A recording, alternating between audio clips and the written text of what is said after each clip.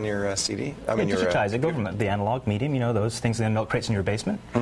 I mean, you bought them years ago. You own the music, so we don't own it, but I mean, you have the right to use it. So actually, I don't think Kelly bought this one. It says for promotion only. He must have been a DJ at some point. Oh, that's awesome. This is a radio station copy. I think he was in radio or something like that. That's cool. Very cool. So we're going to take the music off of there, and we're going to put it into digital format, so you can take it on your iPod or your MP3 player. Or put a CD on. Make a CD on. Because I think what a lot of people want is to have a CD. Yeah. And what the record company expects you to do is go out and buy a CD. It's kind of the upgrade tax. But the beautiful thing about records is, of course, that sound, that analog sound, the pops and fizzles and cracks and of course, if it's a radio copy, they always are scratchy right at the beginning where the DJ queued it up. That's right. It's a white. Also, we're going to talk about Google. A new form of Google? Actually, yeah, we're going to do the free file today on more Google, so it tells you how to make the most out of Google. Make the most out of Google. It's a Google kind of world. It is. It's all about Google these days. And now, Mr. Excel was with us a while ago and showed us how to figure out whether we could afford a new car. You're going to show us how to buy it now that we know we can afford it. Yeah, exactly. And he actually showed you how to make a cheat sheet in Excel to find out how much you could afford. And I'm going to show you a cheat sheet online. So if you don't know Excel too well, you can go to this site. Very clever. Yeah. Did you buy a car recently? Yeah, I did. That's why. You did? Yeah, You finally got a new one? I did. I finally got a new car. Because you were driving the old Jeep around. I know. I loved it, though. It was hard to let it go. So what'd you get? Another Jeep. Same color and everything? No, I got a Jeep Liberty. It's silver, so yeah. That's the one we were looking at. Yeah. I know. I told Mr. Excel when he was Does it have a name? No, it doesn't have a name. Bessie? No. What was the name of the dead car? I'm sorry, the dearly departed. Harvey. Harvey, what'd you do with Harvey? You know what? I traded him in. I thought I would be really sad, but I just gave him the keys and walked away. It's not that hard. It wasn't that emotional. It's like taking your dog to the SPCA. Harvey's a big metal cube right now. No. He's going to a good owner. I hope so. I hope so, too. I hope so, too. That was a car treated with love. It was, yeah. Well, let's, one of the things that we do on the show, in fact, I think it's the most important thing, it's the name of the show, is we take calls for help. We have a call for exactly. The bat phone. Who do we have? We actually have Porus from Coquitlam, British Columbia on the webcam. You can say that. Hello, Porus. Welcome to the show. Hi, how are you? I'm great. And say hello to Nicola. Hey, buongiorno, signor. So, Porus, where is it Coquitlam? Coquitlam is in BC, British Columbia. And, we don't have a picture of you anymore. It looks like a picture of Howard Stern. So we're going to replace that with my lovely mug and ask you what we can do for you today. I had some problems working when we go into the car. Well, what we call is when we go into our contacts in the Outlook, and I have the address book, and if I used to try to call somebody using the little phone logo they have on the top, it dials out, but I can't get somebody from the other side contact me, so I get a response from the other end. Yeah, that's kind of misleading, that little phone icon. What you're supposed to do is let the modem dial, right?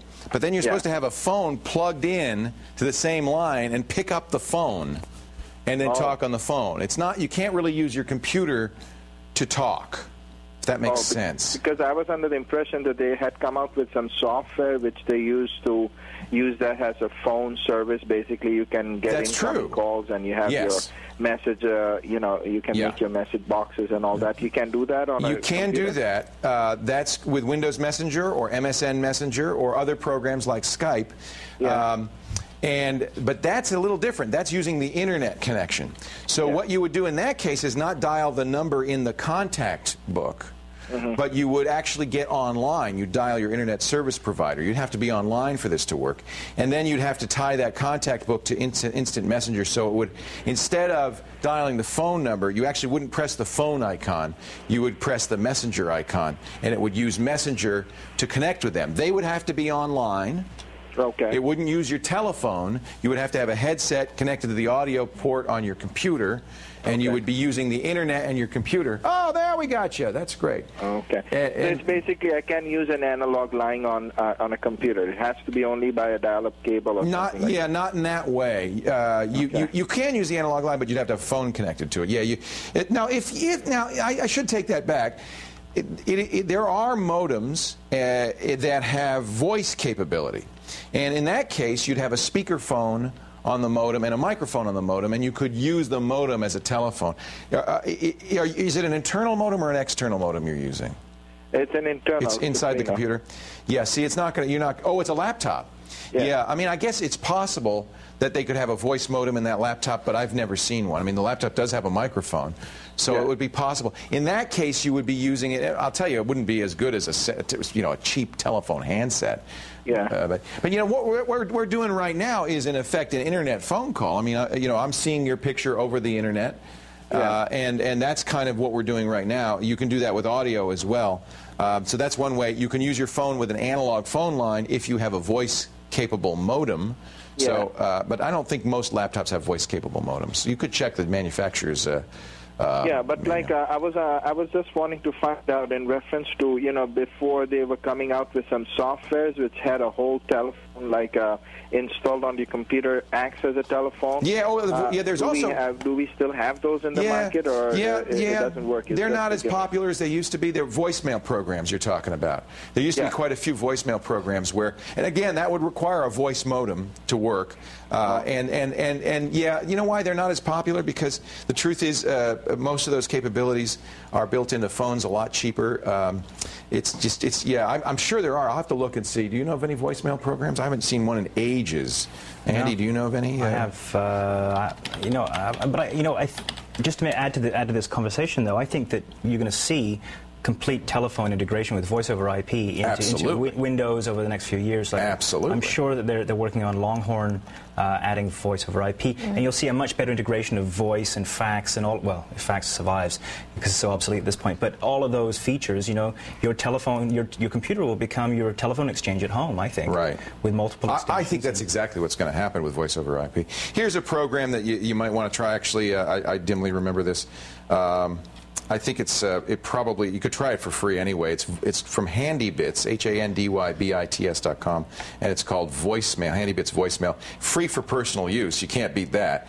So you take a look at that, see if that'll do what you want to do. But really, I think mostly, this will work with any system, but mostly what you want is a voice modem, and I think that's you don't see those very much anymore. I think those are good. Yeah, and the other thing I wanted to ask you is, if you go into the Outlook for XP, the 6.2, the latest version, when you download any address, it goes into a contact, but it does not, the addresses don't go and log into my regular address book. I don't know which file does it, because every time I try to synchronize with them, the address book and the contact list does not synchronize because I think it's running in Excel. So you have I get it into my regular address book, all the names. So you have a contact list that's in the Excel and a contact list that's in Outlook? It's in the Outlook. It says contacts. If you open the Outlook, you see there are three contacts. But one of them has all the addresses in it, and I'm trying to synchronize with my regular address book, and I can't do that. Yeah, but when you say your regular address book, what is that? Where is that? Is that the address book which goes into accessories? Into your start program. Oh, yeah, they don't work together, do they? Yeah, and how do I just somehow synchronize them? Because I can't be able to get all the addresses on the system because I always have to go through contacts. Yeah. So which one is most of your addresses in? Is it in the address book? My addresses are right now in the contacts in the Outlook because I do it through my Palm. Okay. So all the addresses synchronized to the Palm only through the Outlook. I would suggest you continue to use Outlook. You can tell Outlook to be the default VCF V-card program, and I think that's where the issue is. When you're getting a V-card, it's going into the address book. You don't want the address book to default for V-cards. You want the Outlook. You can do that in the options of Outlook, and then you can export all of the stuff that's in the address book. You can export it to another address book and then import it from Outlook. And I think that's what I would probably do. Forget about doing it because I am in Outlook right now, and I have in contacts. So how do I make it a V-card? How do you make a particular contact a V-card? Yeah, the program where all the addresses are saved, it just says contact, and then how do I make it as a default address book? Oh, for the V-cards. Yeah, it's in the options. I'm running out of time, but okay, that's all right. Contact options. Somewhere you can make it the default for vCards, and I can't really remember where it is. But that's the key on here. I'll tell you what, before the show's over, we'll find out and we'll tell you, Porus. But that's the key, is stop using this address book, export everything out of the address book into Outlook, close the address book, get rid of it, and then make Outlook be the default for importing vCards instead of address book. Truth is, when you installed Outlook, it should have done that automatically. There's a way to do it in Outlook. I just can't remember where it is, and I don't want to spend a whole lot of time looking for it. But it is in here. So I'll find it for you, and we'll put it in the show notes, and we'll tell you. Thank you very much. Thank you, Porus. I appreciate it. It's great to see you. Okay. Take care. We'll keep in touch. All right, I will. Bye. Thanks. Bye-bye. I'll put you in my contact book. Yeah, it's that's confusing. And I'd forgotten that Outlook, of course, has a contact manager, but I've forgotten that Windows has address book, and they're different.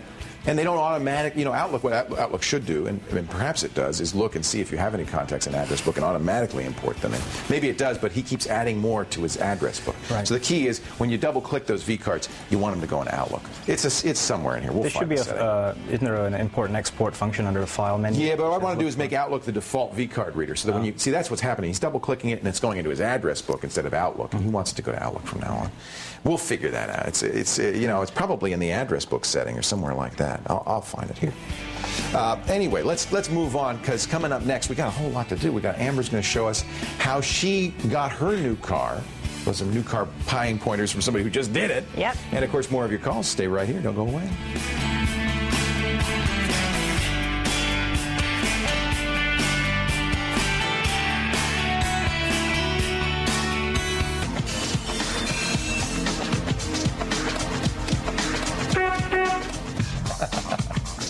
Clown Car's here.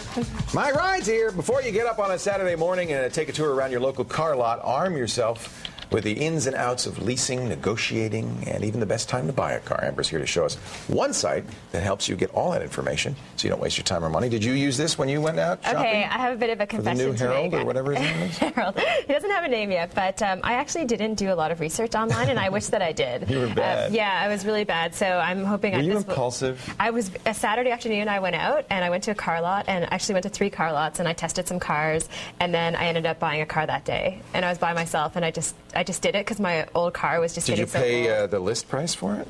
No, I negotiated a little bit. I was actually there quite late, so yeah, well into the evening. You exhausted the guy? You wore him down? Yeah, I wore him down a little bit. And I actually found out from the site moneysense.ca, which is what we're going to show. How you should have done it. How I should have done it. Okay. So hopefully this will help people who are going out to buy a car. Actually, first I'm just going to show a quick picture of my new car. Okay, I'd love to see it. Yeah, so oh, that's beautiful. I found it online. So yeah, it's a Jeep Liberty. So I haven't left the Jeep family and you like it? yet. I love it. Yeah, it doesn't have as much character though.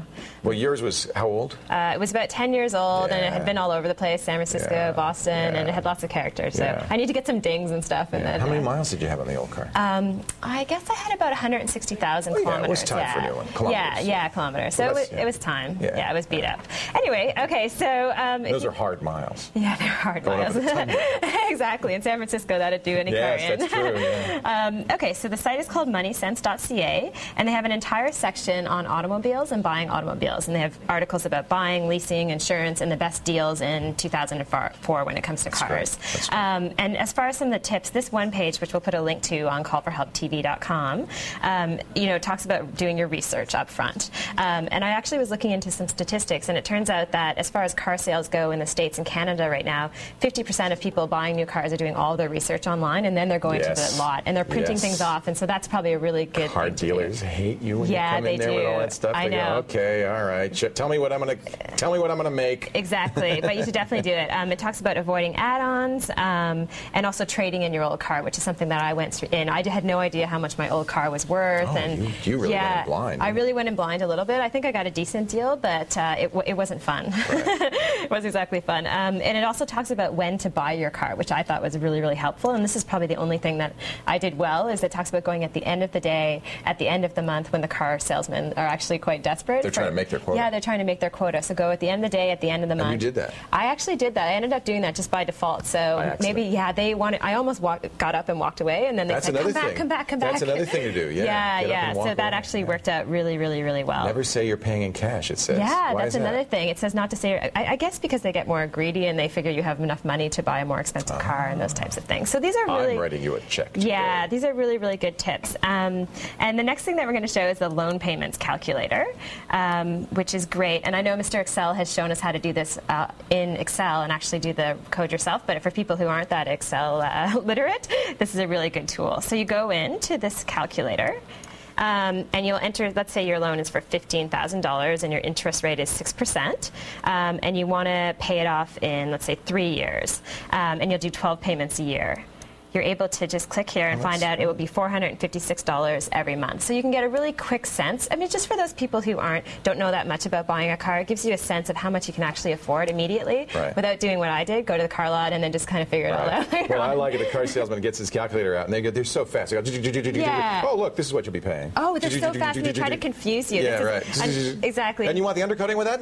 I know, they definitely do that. And especially on trade-ins, I noticed when I was there, they tried to lump the trade-in in with the new car. And these tips on Money Sense say to actually keep that transaction separate. So it's really, really helpful. I also use Edmunds.com, which is a great site for researching the vehicle. You already knew what you wanted. You wanted a Jeep again. Yeah. But I didn't know what kind of car, so I That's good as well. Yeah, there's lots of great sites out there. I actually worked on AutoWeb when I was at Razorfish many years back, and I went there, and they have some great resources as well. That's a very good one. Yeah, it's a really good one. Yeah. I will put a link to a bunch of them in the website. For sure. Callforhelptv.com. Yep. That's where you'll go to get more about your dream car. And now, speaking of dreaming, let's take another phone call. All right. Yeah, we have another phone call. We have Jay from Edmonton, Alberta on the line. Hey, let's say hi to Jay. Say hi to... Hey, Leo. How are you doing? Hey, I'm good. How are you? Not too bad. Welcome to the show. Nice to hear your voice. Nice to hear your voice. What can I do for you today? I have a question about moving my 80 gig hard drive over to a new system, something supercharged, latest processor, 1 gig RAM, video card, etc. I just want to be able to swap the hard drive into the system without headaches, nightmares, and ripping my hair out. So you want to take all your applications, your Windows and everything, and just move it over? Yeah.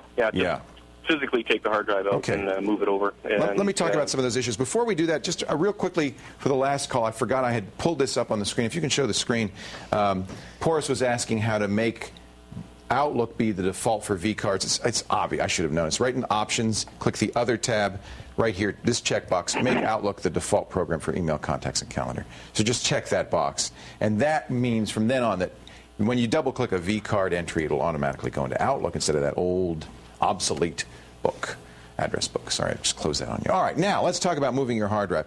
This is a little tricky on Windows XP because they have this new activation system to keep you from pirating it, right? And the activation system is designed to link your hardware with that installation of Windows. So when you change all your hardware, they think, it's not true in this case, but they think you're installing Windows on a whole different machine. And so that may impact the activation code. No one knows exactly what Microsoft's doing. They say you've got to change a lot, 4 or 5 items, your motherboard, your hard drive. You've got to make some significant hardware changes. Well, you are, Jay. You're changing everything. So your serial number may not work anymore. Let me show you how I would recommend doing it. And then if Windows complains, you'll have to actually make a call to Microsoft and explain what you've done. And they're they'll say, okay, fine, here's a new activation code. But you might actually have to call Microsoft in that case, okay? All right. Just so you know ahead of time. The first thing to do, I would suggest, is open the System Control Panel. I just right-clicked on my computer and selected Properties to get that. And then go to the Hardware tab and the Device Manager. And what we're going to do, because you've changed all your hardware, this Device Manager is a list of all of the drivers you have in your current system. Well, these are all going to be wrong, aren't they? Yep. So the last thing before popping that hard drive I would suggest doing is deleting all of the entries for all of the devices here. You're in effect telling Windows, I'm starting fresh. I don't want any of these. And very important to do that for the motherboard drivers, the chipset drivers that Andy was talking about the other day, all of these system drivers. Now, you got to do the hard drive last so that you can continue to write these changes out. Do it from the least important to the most important. So the chipset is probably the very last, hard drive second to last. And just delete all of these things. And then shut the system down. Then pop the hard drive and put it in. Now, what we're hoping here is that Windows will say, oh, look, he doesn't have any hardware installed. Let me see what he's got. and then we'll go through and actually look at everything on your computer and reinstall all those devices fresh with the actual devices you have. You're not getting rid of these device drivers. They'll still be on your hard drive, but they won't be installed. Right. If that makes sense. At that point, Windows probably will be running okay. But you may get this error, this message saying you need a new activation code. And that's because you've changed the hard drive wholesale, or hardware wholesale. And that's going to maybe take a call to Microsoft, I think. Andy has something to add on that. Have you ever done this? No, I wouldn't honestly recommend it. It's pretty personally. risky. It's pretty risky. The thought on the activation code is that they have a tolerance, I think, of 2 installs for every Windows XP. So you might get away with it. So you might get away with it the first time. The second thought, what I would do, because I change computers a lot, and what I would do is actually make that drive a slave and then install it as your second drive. So that your first drive is clean. That's the ideal way to do it, actually. Yeah. So that you can access your data, you move your data over, and then you can clean it later on. But you will have to reinstall Windows and all your applications, unfortunately. Well, if his new machine actually came with a fresh install of Windows on the existing C drive, you installed it as a D drive. Are you building your own, Jay? Sounds like he's building his own, though. Yeah, I'll be doing that. You will be buying a new machine, or you'll be building your own machine? Building. Yeah. Oh, okay. So he won't, in fact, have Windows installed. So, in fact, he doesn't even want to buy a new hard drive. He just wants to take his old 8 gig over. Yeah. You know, if it doesn't work, what's the worst thing? You know, make sure you have a copy of all your programs and files and backed up everything. If it doesn't work, it won't erase the hard drive. It'll just say, no, I'm sorry, I'm not going to start up. Or you'll have flaky things happen. And then you'll want to back up everything and reinstall. But I think, you know, this used to work fine. In earlier versions of Windows, this was fine. It's only in XP that you're going to potentially have trouble with both the activation and you're right, NT, which is what XP is based on, is very finicky about doing this kind of thing. It doesn't like it. It wants everything to be the same. But I think if you're moving the whole drive wholesale, I think you're going to get away with it. I would just recommend removing all the devices and being prepared to call Microsoft. You might not have to, as I said, as Andy said, because you do get get a little bit of free play the first couple of installs. Okay? Okay, well, it sounds great because, you know, trying to eliminate the excessive gray hair I may have when I do this, after I do this. So, why do you think I'm so gray? Your Canadian accent is improving, eh? Thank you. That's all about the accent. Thank you, Jay. I appreciate it. And do send me an email. Let me know what happens so we know for our own information for future if you were able to get away with this, okay? That sounds great. Maybe someone will just give me the correct email to send it to. That'd be great. It's leo@callforhelptv.com. Sounds good. Thanks, Jay. Appreciate your time. Take care. End your frustrations with formatting dates in Excel. Mr. Excel is here to give us a scoop right after this break. Stay right here.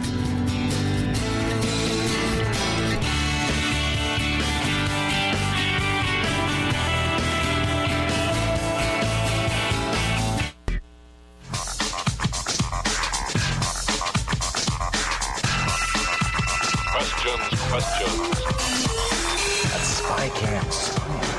If you have trouble figuring out and remembering dates and times, Bill Jelen is here once again, Mr. Excel, to show us how to fix formulas in Excel, to do those tricky calculations for us. And before we get into that, Mr. Excel, let me show you some of the things you can get at MrExcel.com, including this. Join the Excellers League. Jerry Van Schuren, who is an Excel expert, will show you. This is a video, or it's literally 3 days of training, self-paced. Wow. You can take it at your desktop every day at lunch. You could do an hour, and before you know it, you'll be a guru. Slide-based. Yes. Yeah. Right. That's it's very PowerPoint. Cool. You can work along with it. Exactly. Yeah. Exactly. And then I got to. Do you sell these on the website? Yeah. Because I love this. Clock. And I was talking about it the last time you were on. This is the clock that Bill gave me the last time a couple of times ago, and every hour is an Excel formula. So for 0 or 12, it's column L1, which is, of course, the 12th column. Exactly. And then the minimum of 1 and 10 is what? 1. The month of 23,790, is that seconds? That works out to 2. I'll show you. Let me show you that, because we're talking about dates today. That's a good one to start with. All right. Let's start with that. Okay, good. Here in Excel, I typed the number 23,790, and what's funny about dates in Excel is Excel stores dates as the number of days since January 1st, 1900. Oh, there you go. So 23,790 is really, that's obvious. That's really the date February 17th, 1965. Oh, I'll be darned. If you put that number in and format it as a date, then you'll get that 23,790. So all you did is you take the same number and you just say format as date. Yes, that's right. I'll show you how to do that. So that's the second month. That's why it's 2 o'clock. So the function there is equal month. That's a great way if you have a date and you need to convert it to a month. You can use the month function. Very cool. other functions, there's a day function to convert it to the day, or a year function to convert it to the year. All right, now, here's my favorite date trick. If you have to enter a date, rather than typing the date, November 10th, 2004, you can just hold down the control key and hit the semicolon. Control semicolon. And it enters today's date. It puts today's date in. Great shorthand. Very cool. Control semicolon. Control semicolon. Okay. And dates in Excel, you can do all kinds of formulas and functions with dates. So let's say that you checked a book out on November 10th and it was going to be out for 7 days. When is it due? You can calculate a due date of B1 plus B2, and it'll say that it's due on the 17th. So it knows that it's dates, and it makes the calculation. So if it crosses a month's border, it will automatically go to the next month. Right. And So let's say say November 53rd. If it was out for 28 days, it would be due December 8th. Oh, it's smart about that. Now, here's the one hassle that I really hate about Excel. There's always a gotcha. Sometimes if you enter the function wrong, for example, I'm putting the number first plus the date, rather than get a date, I get the number, which is very confusing. 38308, when is the book due? I really don't know. So it looks like formatting on that result is based on the first value in the formula. That's right. So whatever the first value is, it's going to format the result that way. So if you get something like this, most people just get frustrated and say it doesn't work. I'm going to go to Format Cells and choose a date format. Just change the formatting. Change it to a date, and once again, we have. Now if you scroll back up, there's Denko. There you go, yeah.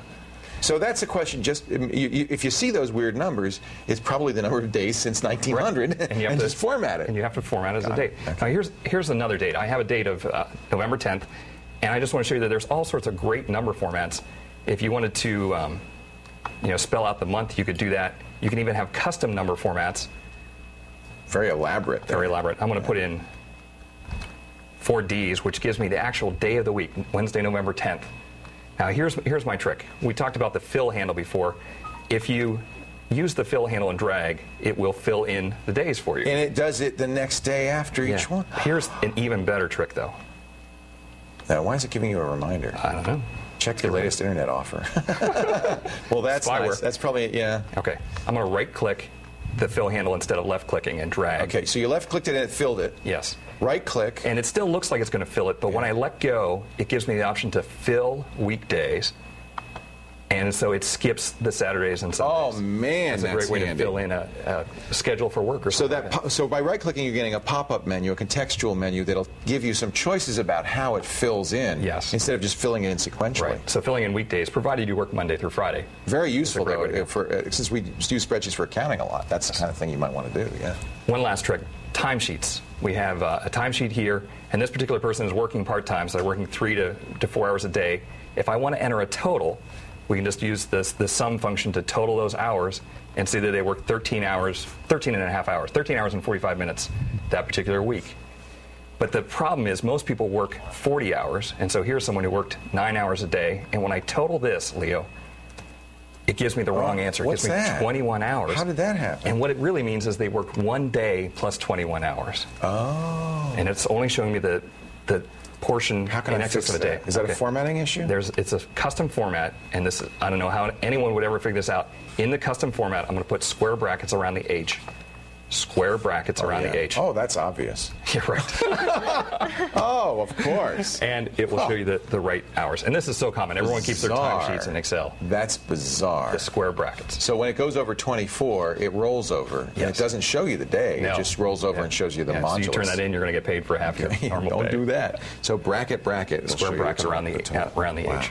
You see, this stuff is really good, but it's not intuitive. It's probably in the manual somewhere, maybe in the help file somewhere. But I have a better idea. Get Bill's books. Many great books at MrExcel.com, including Guerrilla Data Analysis using Microsoft Excel. You showed us that the last time you were here. That was great. And, of course, the publisher of lots of resources for Microsoft Office, like the CD. How much is the clock? Because everybody should have this. Yeah, it's $15 clock. Great. That's right. Everyone for Christmas. When it's Secretary's Day, or if you've got your accountant or your CPA in your firm and it's time for a gift, that's it. Instead of giving him a gold watch, give him a Mr. Excel clock. Find out more about Bill and all his great stuff at MrExcel.com, and to find out more about the date stuff we just showed you, check our show notes at callforhelptv.com. Yeah, look at this, like bling bling. If I got a chain, that'd be great. Speaking of which, you can click your way over there to answer our quiz question of the day. Today's question, you ready? What is hacktivism. Is it hacking for a charity? Writing code to promote a political ideology? Cutting wood for a cause? Or worshiping cats with hairballs? Get to the website. Give us the answer. We'll talk about it when Call for Help continues. Stay here.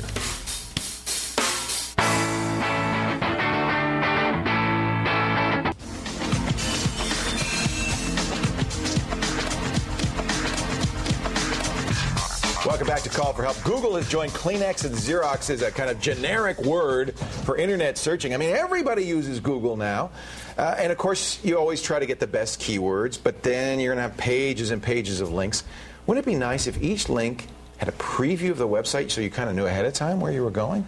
Amber knows how to make that happen. She's going to show us how. Yeah, it's really easy. It's actually this program called More Google, and we're going to put a link to it on our website. Is it only for Firefox? Does it work for any browser?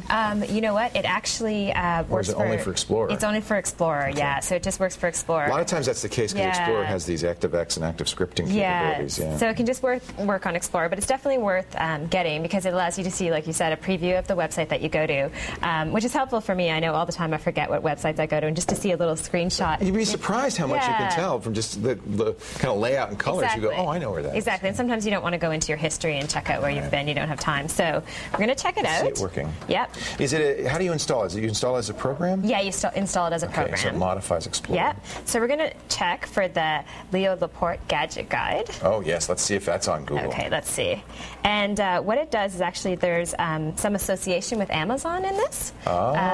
Yeah, so look. So the top thing that we get back is Amazon.com, Leo Laporte's 2005 Gadget Guide. Look at that. And a little thumbnail of the Gadget Guide. I like that. Yeah, and then what you can do from here is you can link right out and buy the Gadget Guide on the Amazon website. And then it has, for the other websites as well, it has a little thumbnail so we know what those Yeah, exactly. like. So it has little thumbnails. So, I mean, for a lot of people I'm very visual, so this helps a lot because sometimes I don't want to read all the text that's there. Right. So you can literally see scan. what you're getting, yeah. Yeah, and you can see what you're getting. Yeah. So we'll try another one. Actually, let's see what comes up if we put in Andy Walker. We see right off the bat we get a link to Cyberwalker. And because he has such an ugly color scheme, you immediately recognize it. Thank you very much. What color is that blue? That's swimming pool blue. Swimming pool blue. Yeah. Aquamarine. That sounds very nice. So it's great for, again, if there's sites that you've been to before and you don't remember the actual link or the name of the site, to just see a little screenshot or a little preview of the site. So isn't that funny that the minute you see even that thumbnail, you know immediately that's Cyberwalker. Yeah, because really the truth is that's why that's a good color. Yeah, it's true. I mean, as soon as I looked at it right away, I thought, oh, yep, that's Andy's set. And I get pants with that color. You have pants that color? I should get pants with that color. Yeah. No. Leisure's like a leisure suit. I don't think they make anything with that color except swimming pools. Actually, I have a sweater that color. Do you? Yeah. What? Really? Yeah. Would you wear it? Yeah. And I'll wear the pants. Yeah. Coming up, Andy pulls a turntable out of the basement and shows you how to save your Billy Idol albums from extinction. Oh, you won't want to miss that. Stay right here. In his blue pants. Yeah. Yeah, dancing with my...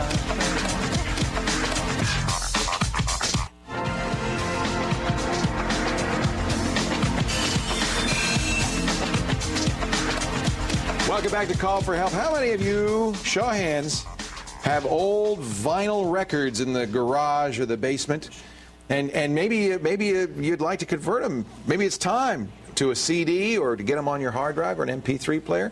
Andy Walker's here to show us how you can take the vinyl and turn it into bits. There's some great records. I have a great record collection from the 1980s that are no longer available on CD. They don't put them out on CD? No. So this is the only way you can do it. It's like the murder mix. You spin me right round. I mean, you spin me right round, baby, right round. There you go. See?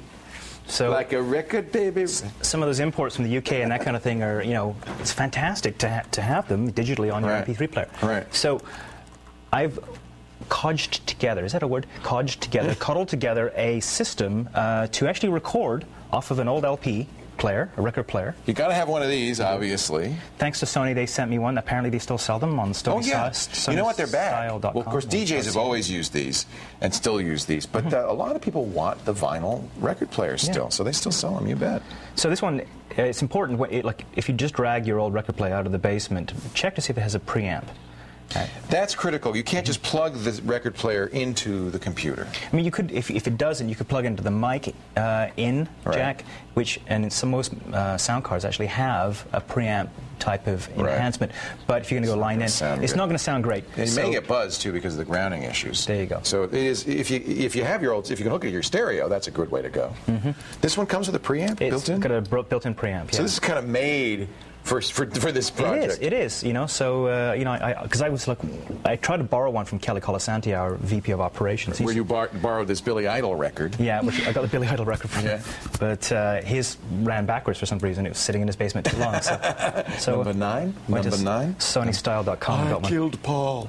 So you have RCA jacks out. Yes. Of this. Right. And you're going to plug those RCA jacks into what? What is this called? There's a converter in there that converts into mini stereo out. So this is you got this at probably at Radio Shack or somewhere like that. That's right. Just get some parts at Radio Shack. Yeah. And so this is going into the computer directly. Yeah, it's going into the line in, right, Mikey? Where's he gone? Line or mic? Line. Line. Yeah. Now again, that's because there's an amp built into this turntable. Most turntables you cannot do that. You have to go through your stereo. But at the stereo, we'll have RCA out. You'll plug these into the RCA jacks, and you'll plug that into the mini jack on your sound there you card. go. Then what?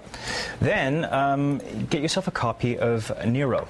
I actually just downloaded the free trial, which is a 30-day free trial. And I'll add Music Match will also do this, which is also free from musicmatch.com. You just need something that can listen to the sound card. That's right, exactly. In this particular case, I'm going to go to the audio section here, and I'm going to go over. And you're using this is the free 30-day trial. So it's a free 30-day trial, yeah. And it's actually a good program. I'd recommend buying it if you don't have a CD burning program. That's right. Look at that. So you just get the wave editor, and this gives you the ability to sort of tell it the kind of quality you want out of it. You have a bunch of different options. I mean, CD's fine. Yeah, that's pretty standard. From as low as telephones all the way up as HQ mastering, which you're never going to do unless you're... I'd stick with a CD. Right. Yeah. And then the bit depth, I mean, 16's fine, CD and DAT. And then you're going to cue this baby up. Now, it's nice to have this in a wave editor because you're going to see why. When you can't get the start exactly to match the start of the record. So you might as well just start recording and then drop the needle so that you get the beginning and then you can cut it off, you know. That's right. You're going to use the automatic... I'm going to go down there. Doing this backwards, upside down. There we go. All right. So we're going to go, okay. Start recording. We're going to go... There you go. Oh, you're good. You're good. Only about a half second extra on that. But so now, is it recording? I don't think it is. No. See, I'm not that good. Well, here, go ahead. You start. It also helps to have a second pair of hands here. All right, so press the record button. Yeah, a second. I think right there, yeah? Yeah, right here. Okay. Record. Well, that's what we did last time, isn't it? That's okay. Ready? Override existing recording. And we're going to go, okay. Oh, I just turned it off. Say again? Hit the record button on top of that window. There is no record button on the top. Oh, now we don't know how to do it. We're messed up here. Should I play it at 78? Let me do it again. Let me do it again. Here we go. All right. Not to worry. What button am I pushing in here? You're just going to push the end one to just let it go down. And we're going to go okay. Okay. We're going to go record. There record button. So you're going to see your levels. And, okay. Any minute now, the record. Okay. There we go. Okay, so that's why you want a wave editor, because of that. There'll be all this extra time in the thing, but you can edit it down. Yes.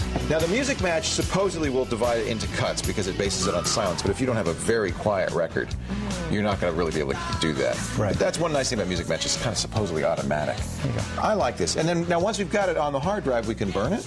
Yeah, we'll click OK, and we're going to say File Save As. Let's turn that off. Let's turn this off. Thank you, Billy. And we're going to go File Save As.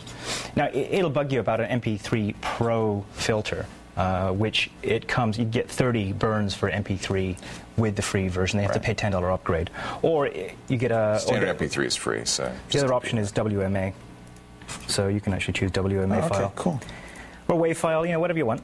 And WAV is uncompressed. I'd probably do it as... If you're going to burn a CD with it, save it uncompressed. Save it as a WAV. And that way you won't lose any quality. If you're going to store it on your hard drive for a long time, or you want to put it in an MP3 player, then use MP3. But I think Wave is a good choice if you're going to make another CD, because then you don't lose any quality. You keep it as it is. It'll take a lot of space on your drive. For more information on salvaging your old songs, be sure to see our show notes at callforhelptv.com. More calls on the way, but before we guzzle 3 more cups of coffee during the break, it's time for another challenge. Today's quiz, you get this right, you get a chance to win a T-shirt or another nice prize. Here's our question of the day. What is hacktivism? Is it hacking for a charity, writing code to promote a political ideology, cutting wood for a cause, or worshiping cats with hairballs? I bow down to you, Fuzzy. Stay right here. We'll tell you in just a minute.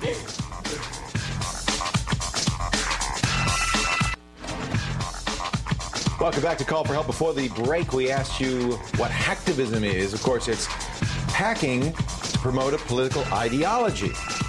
And I think more and more hackers may end up being the freedom fighters in this world as we get to a place where computers can be used against us. The people who know the most about how computers work may be the ones who protect us. You think? You think? Hacktivism. Not something I normally encourage. No. But it's good to get the skills, kids. I love how the internet is changing the face of society and just in general, and the idea that a 17-year-old kid can defend our freedoms. Absolutely. I love it. Yeah. I love it. Back in the States, we have that Second Amendment, the right to bear arms. I think we should have a, whatever it would be now, 18th Amendment, the right to bear computer technology. Anyway. Let's take some more of your phone calls. I'll get off my high horse and ask Amber. Oh, you're standing by the map. Do we have a new pin to put in? Yeah, we do. Actually, we have Benjamin from Bowmanville, Ontario on the line. Where is Bowmanville? I hear it's halfway between Ottawa and Toronto. Not quite. Put a pin in there. Not quite. Not quite. Would you agree, Benjamin? We're trying to put a pin in the map there. Yeah. Yeah, that's where it is. Yeah. All right. Cool. Look at that. Yay! Another pin in the map. Isn't that a Pink Floyd song? What can we do for you, Benjamin? Well, Leo, it's good to be on the show here. It's great to have you. Thanks for calling. Yeah, I've got an older model IBM Aptiva P3. Oh, dear. And I'm sorry. No, I shouldn't say that. Perfectly fine. Yeah, I just installed a DSL system on it for the internet. Okay. And while installing the software, it advised that I have 540-something megahertz system, and at 800 it would help it run a bit faster. I was just wondering how I'd go about upgrading. Do I need to change the motherboard, or? Yeah, I mean, I'll have to tell you, I think that the ISP is probably overstating the case. You can run. How's it running? Is it seem okay to you? It's running pretty good with the computer, but it's with the games online and that it really slows. Well, I'll tell you where the CPU impacts your internet speed. It doesn't actually impact your internet speed at all. If you download files, for instance, the downloads can be exactly the same on your P3 500 as it would be on my 3 gigahertz P4. I see. Where it's slower is things like drawing the website on the screen. The browser, believe it or not, takes quite a bit of bandwidth to kind of draw the screen, right? Oh, and when you scroll up, and you don't take this is what takes a lot of CPU is doing this, scrolling up and down. Mm-hmm. You watch the CPU numbers go to 100% when I'm doing that. But who cares? Big deal, right? You know, you're going to wait a second more for the display to come up. You might, when you're playing internet games, if they're Java based. Yeah, you know, these ones are like through the gaming console.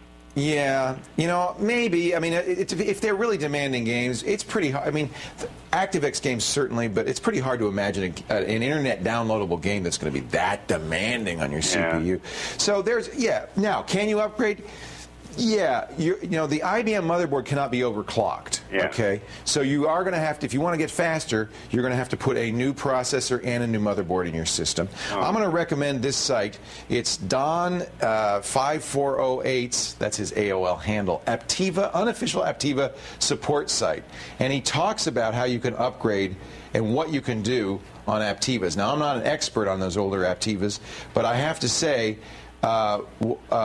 You know, the thing that you have to be careful with these proprietary systems like the Aptiva, I don't know for a fact, but a lot of times Dell does this, IBM did it, Compaq did it, they don't use standard cases. Oh, yeah.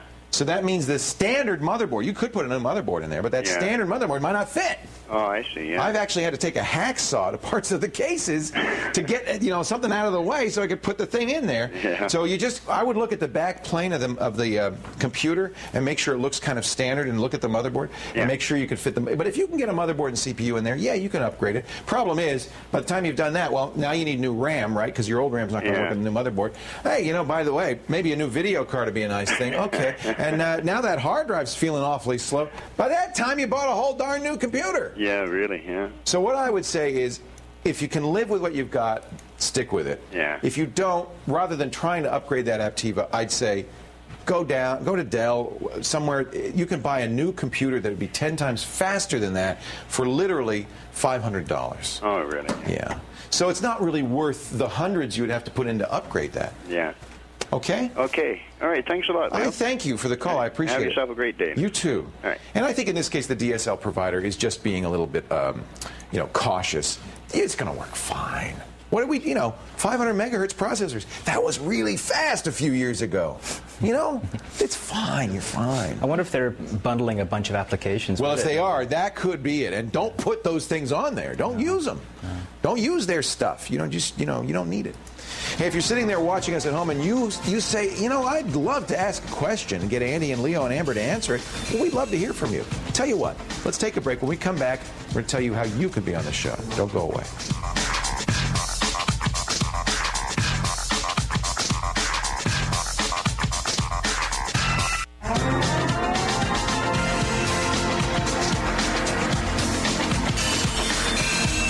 Welcome back to Call for Help. Don't forget, my book is out in the bookstores, Indigo Chapters. They all have it online as well. Leo Laporte's 2005 Gadget Guide, also the 2005 Almanac in better bookstores everywhere. Make a great holiday gift. Andy, that's very nice of you to clean Kelly's disc like that. Yes, well, I kind of got mung all over it during that demo. Do you think Kelly Colasanti, who is our VP Operations, who lent us this Billy Idol LP, actually still listens to it? No, he had to dig it out of his basement. Oh, that's right, because you said his record player plays backwards. Yeah, so he probably wouldn't sound nice. No. You don't have any vinyl. You never had any vinyl. I did, actually. I think I had Grease. When you were 8. I thought you had Barbie's Greatest Hits, no? Grease is the word, is the word. No Barbie. Now, you found a Firefox extension that will do what your Google thumbnails thing did for Internet Explorer? Yeah, it's just like more Google. It's called Google Preview, so I'll do a free file on it as well, but it works for Firefox. It works exactly the same way. So there is a way to do it on Firefox? Yeah, there's a way to do it in Firefox. Because we like Firefox. It's a little safer than Internet Explorer. Hey, we thank you so much for joining us. If you want to be on the show, as I mentioned earlier, we would love to have your questions. Just go to the website, callforhelptv.com, click that link, ask a question, fill in the form, we'll get you on the air. I'm Leo Laporte on behalf of Amber MacArthur and Andy Walker. Thank you so much for joining us. Have a great day. We'll see you next time. Bye-bye. All heat in the point. That's right.